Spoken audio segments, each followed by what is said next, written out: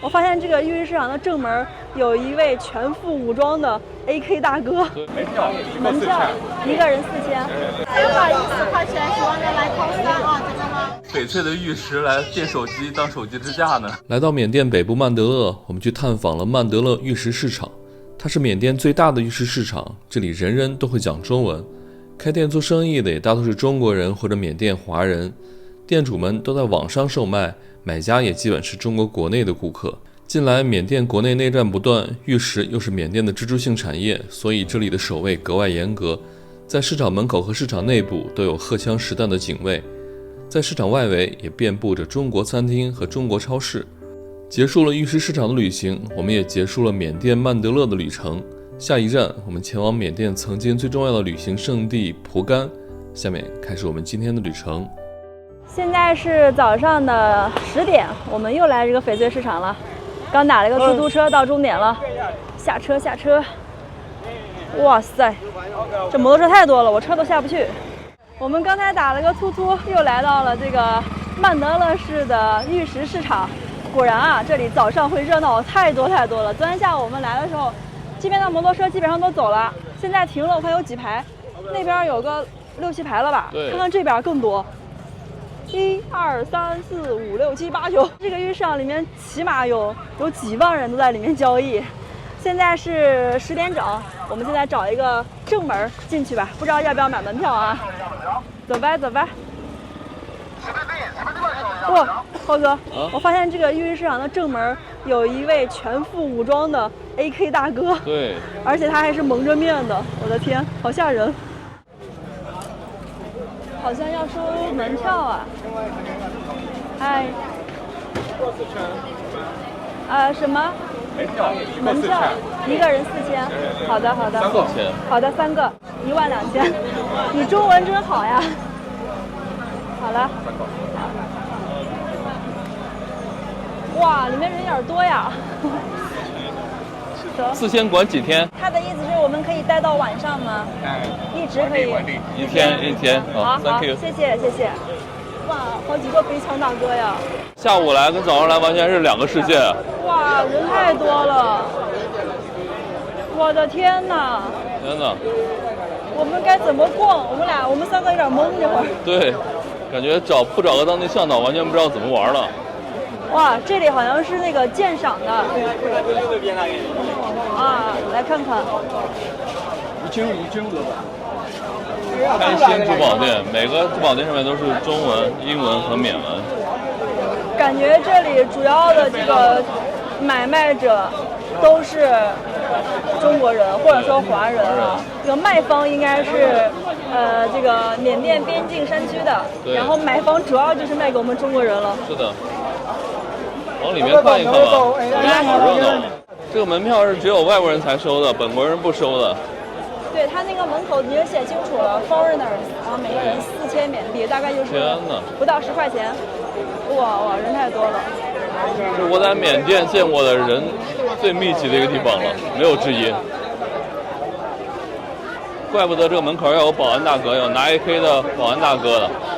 这个门口不仅仅有这个拿 AK 的那个人是军方的，他不是保安，军方大哥。然后还有好几位便衣也是背的 AK， 门口至少有4、5个那个 AK。妈呀，怎么逛呀？人太多了。不知道，往人少的地方走走吧。你在直播吗？哇，还有直播的。你们是哪里的？我们是中国的游客。自己如果想淘点货的话，一采一个可惜了。哦。我们只是想着来见世面，参观一下。也没啥，这就跟咱们国内一样是个大批发市场，我们属于代购。就是说，我们如果不懂行的话，在这很容易就踩坑的。一采一个坑。踩一个坑。谢谢。想要这方面的，可以过来问问，可以帮你们参考，不管镯子、带面、平安扣之类的都可以。我们先转转，如果碰到喜欢的喊你啊。好，来。哇，一口价！天哪，我听到了什么？一口价。这里边人太多了，我把包还是背前面吧。对，人太多了。啊，怎么都是汉语？不是，谢谢，不是，谢谢。我们在这里应该是用不上中国了。对，哇，大的鸡蛋白色比这一个你在直播啊？ 310说的来投3啊，姐妹们，这好像是一个直播基地，你看，每个人都是拿着那个手机对，在直播。大圈头的小姐妹们可以带这个，310块钱说的来投3啊，姐妹们。310给你买一个吧，贝贝。310是人喜欢的飞3。心动了吧？我们在现场是不是便宜一点？是啊，我也在直播。哦，你不用，我不用，4万雷到，阳了，8到，过。这个米老虎，朋友，这个米老虎，这个不行，米老虎。你看懂这是在拍卖吗？收货还是在干嘛？风气啊，我买不生气啊。大哥，你在收货吗？啊，对。收货呀，我好厉害了。本地拿着这个做好的成品，然后大哥在这一边直播一边收了，应该直播间直接就卖了。对，感觉是老板啊。哇，这个旁边已经在打包了。对，天哪，这就卖出去了。哇，秒成交呀！哇，感觉大哥好有钱呀。我们在这儿转了一转，发现这个市场啊，真的是一个彻底的专业市场，好像跟我们这种游客无缘啊。哇，这里也是，里面有3个主播在直播，然后外面就是缅甸本地人，他们拿着这个镯子，对，让里面的这个主播收完然后直接卖，对，场面太壮观了。他们好像是把这个镯子给那主播选哈，镜头前看一看。这里面的人流密度实在太大了，然后人和人挨得特别近，我们都是小心谨慎，被把包放前面了。不但放到前面，还要把它抱起来。对，抱紧点儿。哎，我这个打扮，别人会不会一看，这女的是不是带了几十万人民币过来买翡翠的？有可能，我感觉你带了一包子翡翠过来卖着。这个多少钱？1个5000。1个5000。1个50人民币。啊。1个5000人民币。哦，5000人民币，我以为50人民币。怎么可能50啊？这条街好像都是原石啊，看现在加工。我们终于从这条街穿过来了，这条街就厉害了，我跟大家讲啊，左侧这一排就是靠这市场最边的这一排啊，全部都是车镯子的，特别的敞。然后这一块的缅甸啊，它这个发电又不持续，所以很多家都有自己的发电机。就那种车镯子机器和发电机啊混合在一起，这声音就特别的嘈杂。就是一些当地的商贩呢，买好那种预料之后呢，到这边加工完之后直接在这边卖，就卖给一些中国的做经销商的，还有一些做直播的人，然后他们再卖给中国的这种观众啊，这样子的。这些本地人啊，基本都是来自于缅北的山区，然后他们那个地方是盛产翡翠的。然后从他们那儿呢，把这个原石，还有一些初步加工的都带到这儿了，然后在这儿进行售卖。哇，看这小哥，太厉害了！左右各拿那么大2块，感觉好贵的样子。左边200万，右边500万的样子。哦，大哥给我们看的。你好，嗨，你好。哇，大哥这个链子特别值钱啊！一看就是大老板啊。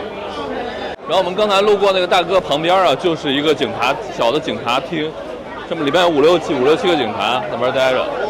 这个里边啊，这交易额这少说几千，多就没有上限了。搞不好一笔比较大的都8位数了。感觉这里的这个治安还是挺重要的。因为玉石整个缅甸特别重要的一个收入嘛。是的，玉石、玉矿这些是缅甸的4大支柱产业之一啊，4大之一，非常重要的。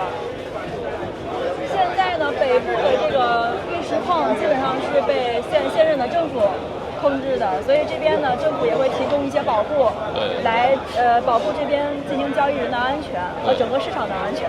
咪咪翡翠中介所上这儿写了个欢迎入境，欢迎入座。这大哥是中国人吧？像是大哥在收石头，给个价格，然后这个哥们儿说不行，然后这个大哥说，你看你这石头有瑕疵呢，有问题，这个价格可以了。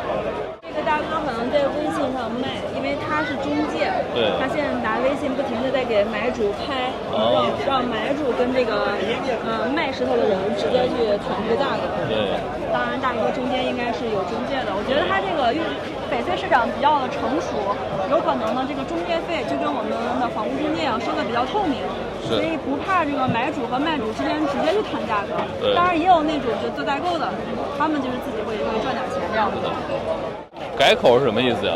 啊，改口是什么意思？你看好几个都写的改口，改口。改口就是，比如我这个镯子现在是比较小的圈口，我到时候胖了可以把它改大点。哦。这个口径，改口径的意思。那能改小点吗？不知道。每个人身上都抱着一个大石头。哇，外面看着平平无奇，其实都是无价之宝啊！这块太热闹了，每个人都在激烈的竞价呀。把这种玉给这种老板看，然后老板在网上赶紧卖，哗哗好几个手机在这架着，然后当地的缅甸老百姓呢，特别的热情。男主播都把衣服脱掉。这个翡翠市场里面有很多这个直播基地都在招主播，我准备去问一下，看看我能不能干这行。老板，招不招主播？可以啊，可以。你们是缅甸人是吧？缅甸华人。这一块价格可以加入那一个。你们这儿招主播吗？这里吗？对。可以的。那个工资怎么算？按天还是按月？就是5个点，我们给我们拿3个点，你们拿2个点。2个点。就是拿佣金啊，没有固定工资，拿佣金。刚刚我找了其中的一家直播基地问了一下哈，他们给主播的待遇是可以拿到2%的佣金，但是他们老板不在，他们2个是缅甸的华侨，说自己做不了主，老板今天有事儿出去了。我们现在去换其他家再去问一下啊。我这个旁边这个声音太刺激了。我这比较便宜啊。这大哥感觉是声嘶力竭的在喊价啊，然后他们这些旁边的这个缅甸人啊，都是拿着东西大声的喊老板老板，看看我的老板，都会说老板。我们又碰到几个当地小朋友，这次拿塑料袋不会是来这儿捡玉对吧？之前都是捡一些瓶瓶罐罐吃的。有一些那个机器裁下来边角料是不是不要了，然后捡走了？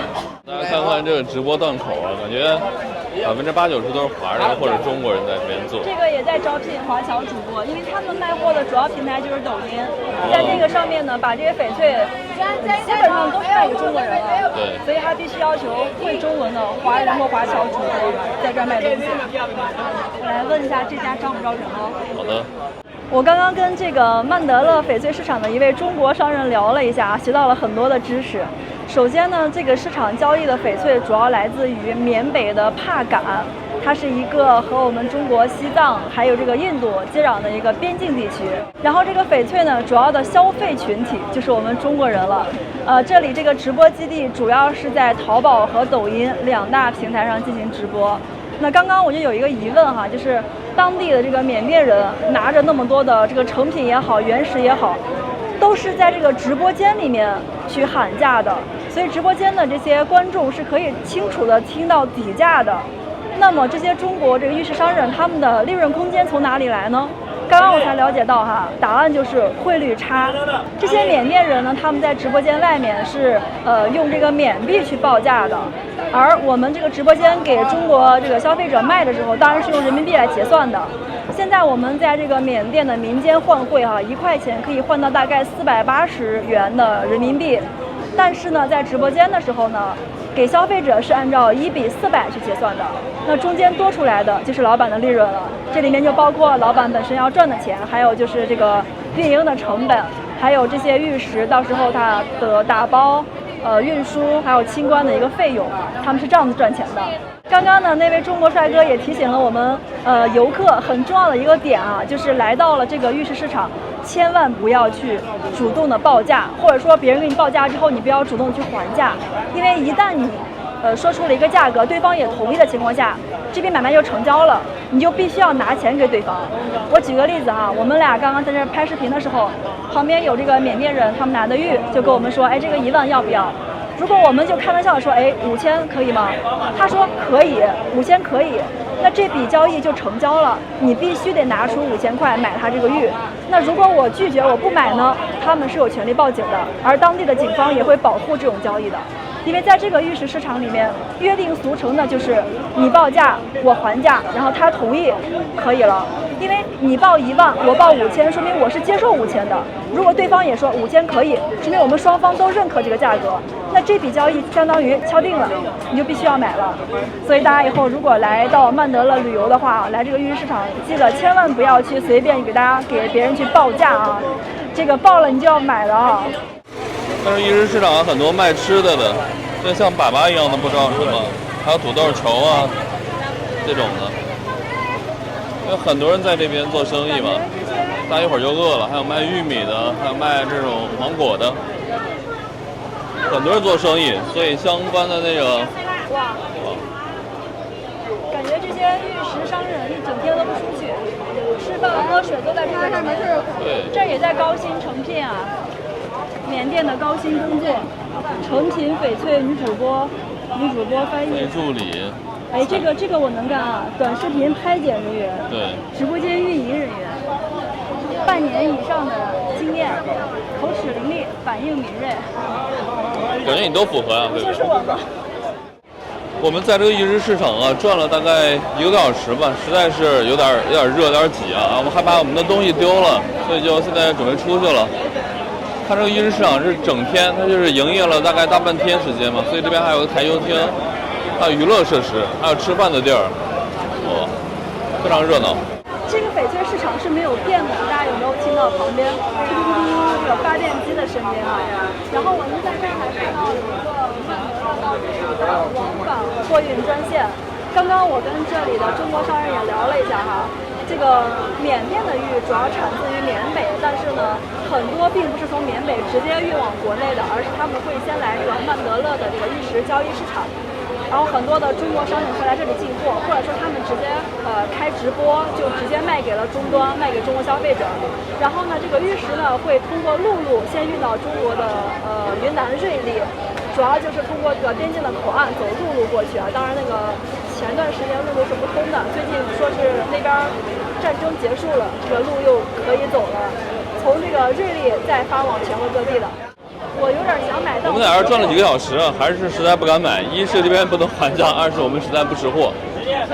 可以还价，但是我们不敢还啊。不过我感觉这个品质看上去还是不错的，对虽然我不太懂啊，但是它起码透亮。对，品质看着真的不错。因为它这个玉石运输路线的原因啊，我们中国很多游客去瑞丽旅游的时候也有那个玉石市场，其实很多就是通过这条线运过去的。我们基本上结束今天的旅程了，这里面人特别的多，然后大家都非常的忙，没人给我们介绍啊，我们就走马观花看一看，而且里面人太多，感觉不是很安全，就准备走了。门口呢就是一个哥们在收费，这边好几个门，每个门都有收费的，然后收费的就是我后面这个费用，4000缅币的入场费用，这是只针对外国人收的。小朋友要我的易拉罐，来给。拜拜，真不容易啊，小伙子。缅甸那边随处都是要饭的小孩。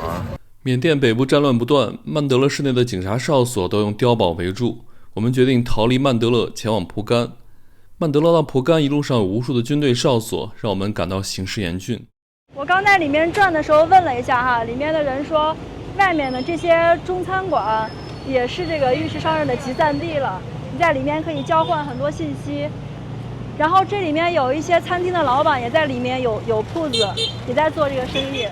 应该在这儿做生意的华人吧非常多。这是什么？对，所以很多这边卖中国的吃的。正宗五味黑鸭。对，厉害了。然后我刚看旁边还有一个做物流的，也是全是汉语。我们竟然发现了这家应该是中国北方的这个餐厅吧？对。我们在东南亚很少能发现北方的，这竟然是一家包子面食。哇，我们去看看吧。这个馒头1块多，猪肉包2块，倒挺便宜的。Hello， 明格拉巴。哦，你们老板在吗？嗯，不在，不在。这两个姑娘是那个缅甸本地人，对可能交流不太畅啊。老板不在，本来我好想问一下老板是哪里人。老板，你们祖籍是哪里的？祖籍嗯。云南的吗？我们这家云南的有，到处都有。到处都有啊。啊。云南的有。我看你们门口写的胡辣汤，我还以为是河南的。哦，胡辣汤是卖，我们这都，我们是当时是从云南出来。啊。应该是从哪里来也不知道。当时都从云南来的。应该我们的祖籍都是在云南了。在云南啊。云南腾冲。啊。我到过2、3次。腾冲就在边境上。对我去的过客嘛。啊。你们是来采访？我们来旅游的。旅游，你们是什么地方来的？我们是西安的。我们是北方人。西安是在陕西不？陕西。对。忘记了，我们真的是换个老师课忘了。您是在这儿出生的吗？在曼德勒。没有，我们在下面边界。佤邦那儿吗？我们佤邦出来，那个滚路老街下面一点。哦，在那个果敢那一块。果敢下面一点。哦。现在属于果敢了。现在属于果敢。你们是陕西的。对，我们是陕西的。你什么时候来的？我们来曼德勒有3天了，然后之前在那个仰光。谢谢。然后都是汉族嘛。中国人，什么时候不管？都是汉族啊，都是中国人。中国是挺成功的。是的，谢谢叔叔。都是华人。是一家中国超市，厉害了！刚一进来发现有卖象棋的，天哪！象棋、黑芝麻糊，还有红包，哇，全部都是中国那边的。不光是那种小吃呢，还有这种各种洗漱用品啊、洗涤用品，也全部都是中国的。这边的小妹妹们汉语都特别的好。谢谢。我们又来这个中国超市买东西来了，是超哥买的这个金三角。金三角。我们买的这个雪碧。你们老板是中国人吗？是的，中国人。哦，是的。你们中文说的不错。是的，我们会说。会说。对，我学过汉语8个月。哇，8个月说这么好啊！在学校学的吗？是的。哇，好厉害！是的。好，谢谢。拜拜。拜拜，谢谢姐。再见，谢谢宝贝。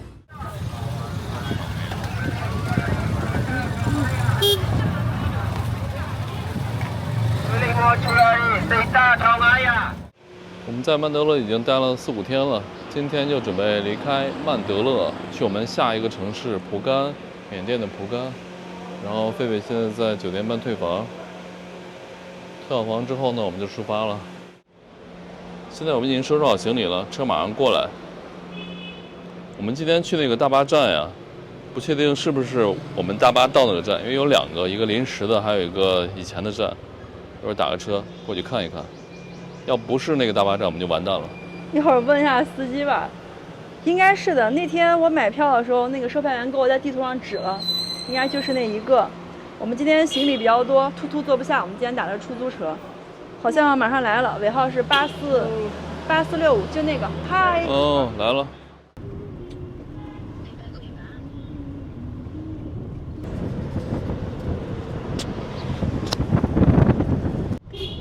马上就到今天的车站了，从这儿坐车去蒲甘。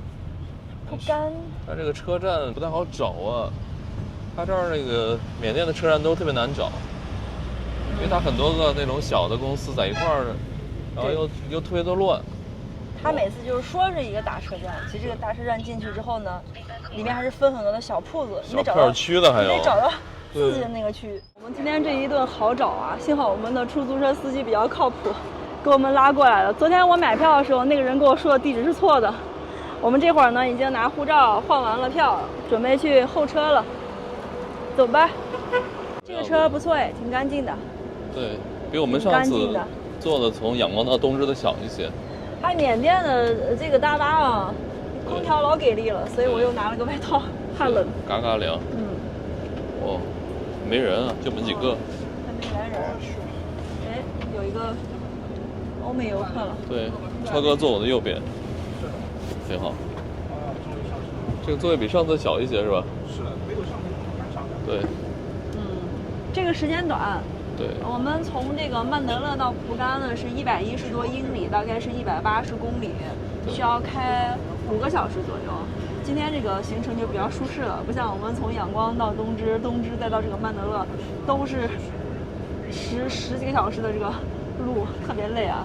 今天还好。我们的车已经提前出发了，今天是提前了7分钟，7分钟是吗，贝贝？我们本来是2点的票，现在才是1点53分，我们的车已经发车了。因为这辆车我刚才看了一下，一共卖出去了6张票，所以这个司机可能是数了数人，6人都到了，那咱就出发吧。反正其他的那些票也卖不出去了。对，这一趟要亏本啊，我们一个人的车票才是23000，就40多人民币。我们这6个人一共也交不了几百块钱呀。然后这180公里呢，可能人家从那个蒲甘回来的时候呢拉一车吧，不然这6个人搞不好这个线都取消了。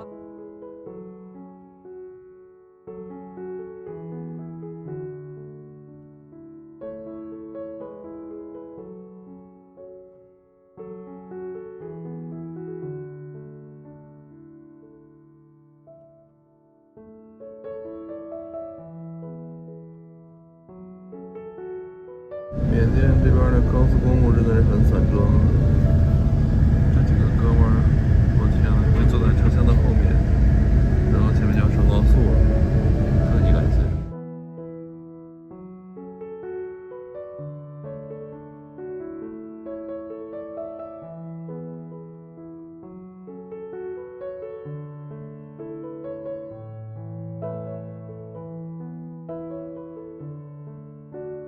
我刚一路过来看到了好多的这个吉吉 Express 的那个巴士，还有别的公司的，它每一个巴士车上嘛都有各种各样的绘画。缅甸人的这个艺术造诣还挺高的，哇，又有狗，说着说着狗就来了。然后呢，这就是我们休息的服务区，里面有厕所，还有吃的，看买点啥吃吧。这有个超哥在车上睡得老香了。哎呀，睡得半身不遂了，哎呀，腿都睡麻了。看这服务区有啥吃的？这个是什么的？这是甘蔗，这是甘蔗干啊！这还有卖甘蔗干的，这个又是啥？看起来都是手工制作，老过瘾了。江米条，这边好多吃的，我们买了一个，看起来特别好吃，一看就是我爱吃的甜食，上面有那种蜂蜜啊什么东西，老香了。给大家看一下这个规格哈，对，这俩这个规模差了，我感觉有3倍了哈。对，这个是3000缅币，这个才4000缅币，一个6块，一个8块。对，这你敢信？这规格差太多了。我们都1份价格我就震惊了。当然要大的了。对，好吃哈，这一看就很好吃。这个里面是花生的，甜甜的，甜甜的，你看。哦，这个是芝麻老对，这看就很好吃。搞一个，我还以为车跑了呢。超哥那句完了，吓我一跳。你的表情有点复杂。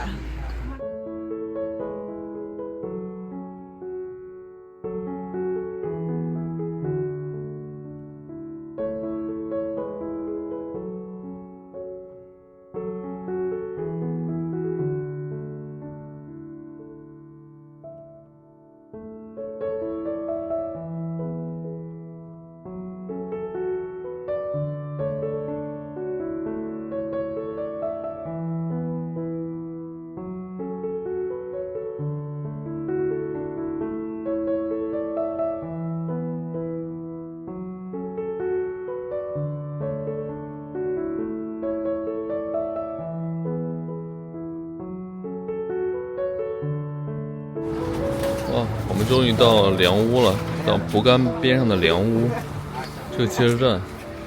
哇，超哥帮我拿行李了，好感动。来，我这。你这个真不重。真的不重。狒狒呢？狒狒自己拿。然后狒狒刚跟我说了一个噩耗，我们这边没有 Grab 可以叫，不知道怎么去城里面。我们现在打车去酒店，这条街好美啊，种了很多的这个花啊。一路上都是这种花。对，这个游客呢一般来蒲甘玩会有3个住宿点，一个叫新蒲甘，一个叫旧蒲甘，一个叫良屋。这个蒲甘的机场就在良屋这里。我们选择住在良屋，因为有一个观景台，可以看到很漂亮的这个热气球啊，还有下面这个俯瞰的全景，都离良屋比较近，所以我们选择了良屋。今天这个酒店比较便宜啊，是我们这趟出来住过最便宜的一个酒店了，只需要85块钱。一会儿我们去看一下今天这个酒店盲盒拆的怎么样。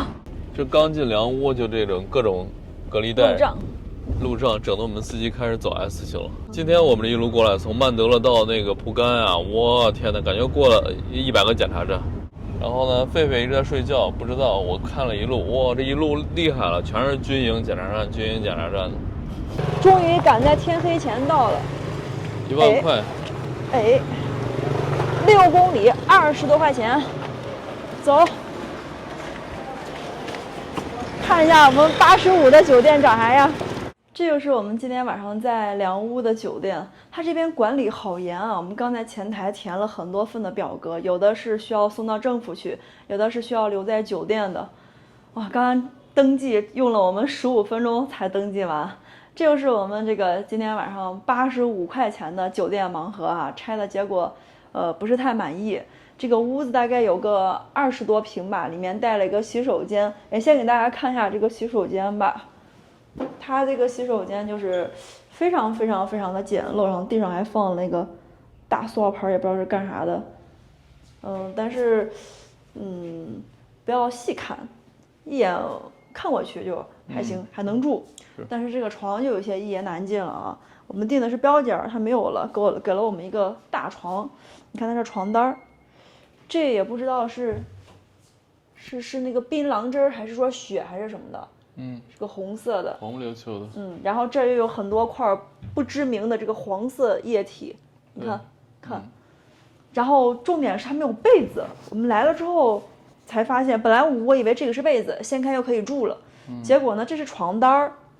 这个晚上就盖个这毛毯，然后这毛毯呢感觉也很多年没有洗过了，也没有上面套个被罩啥的。哎呦，这个有点难受，这今晚上。我一会儿去看看能不能把这个搞一个被罩啥的，给毛毯上裹一圈，不然这没法睡呀。我们刚到的时候呢，老板就跟我们说，这个良屋镇每天晚上就供电3个小时，从6点到9点。所以我们刚到房间，先把这个充电器、手机什么的给它先插上。这会儿已经是晚上的6点53了，也就是说还有2小时07分钟的供电时间，9点准时停电。哇，这个。还挺紧张的哈，我们赶快把这个麦克风，还有你的那个摄像机，充电吧。